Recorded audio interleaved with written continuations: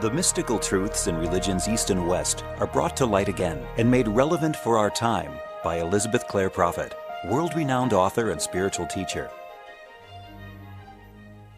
You say we're supposed to do everything that Jesus did. How about the resurrection? Well, the resurrection is the proving that the last enemy that shall be overcome is death. And it certainly is our final initiation. And the reality of it is that there is no death. But we have to prove that there is no death. The resurrection is a resurgence of God's energy through our being, through our chakras. And it was the drawing forth of the energies of the resurrection from the I Am presence and from the base chakra of the Mother that enabled Jesus to restore life to that temple.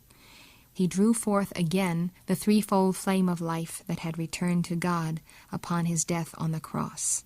By the meditation of his soul with the oversoul, or the higher self, he overshadowed his body until he restored that body to life. Now we begin our resurrection by the restoration of consciousness, of joy, of happiness, of love, of truth. And we keep on increasing and accelerating God's consciousness within us until the ultimate victory over death is a natural conclusion of our soul's quest on the path and of our soul's reunion with God.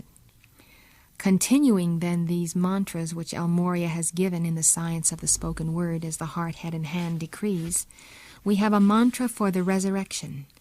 And it works every day, and as we give this mantra we can say, I am being resurrected every day. I am overcoming death every day.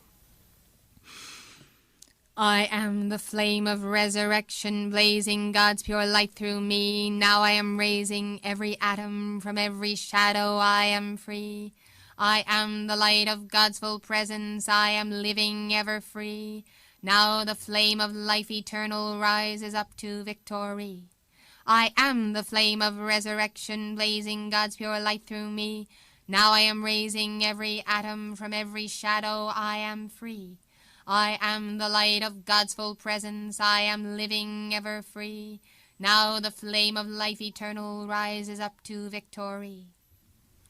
This little mantra is accompanied by the visualization of white light coming through us, rising through us as a white fire, pulsating from beneath our feet, through our consciousness, coming through our chakras.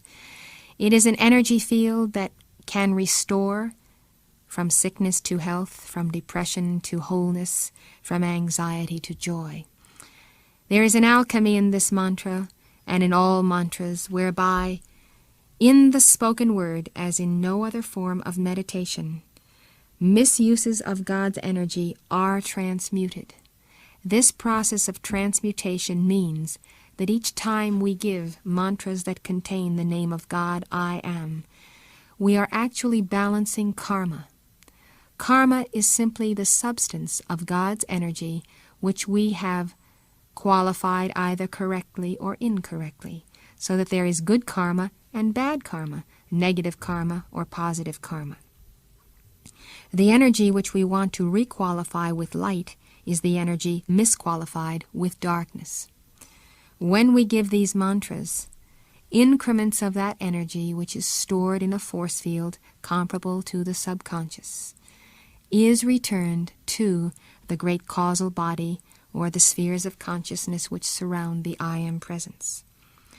Mantras then are not given simply for the alteration of a state of consciousness, which they do accomplish, but more importantly, they are always involved in the forgiveness of sin, or what we may call the balance of karma.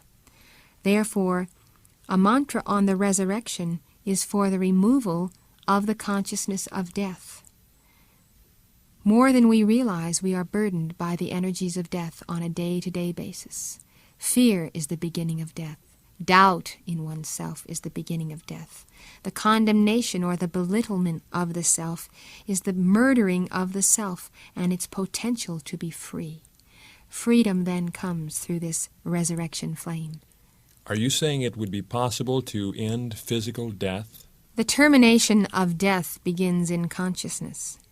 Since death is not real, death is not manifesting now. What we see as death is simply the laying down of the body temple by the soul, who then is journeying to other planes of consciousness or other mansions in the Father's house. In my Father's house are many mansions. If it were not so, I would have told you. And I go to prepare a place for you, that where I am ye may be also. The mansions are planes of consciousness, and there are many planes of consciousness. The soul journeys to these planes both after the transition that is called death and during sleep at night. Our souls may depart our body temples and go to other places and other schoolrooms for a learning experience.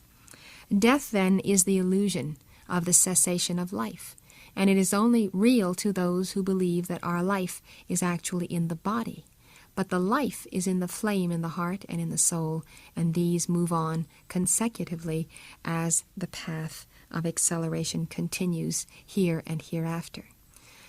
Now, ultimately, the demonstration of the ascension will mean the cessation of even that laying down of the physical body. But we have much more immediate goals than the overcoming of that form of death. Our immediate goal is the resurrection of life as it ought to be lived on earth today. What about physical healing? Physical healing comes about the same way, through the use of meditation and the science of the spoken word, and also through the proper diet that is most important. We can see that light in our body temples brings about a manifestation of healing.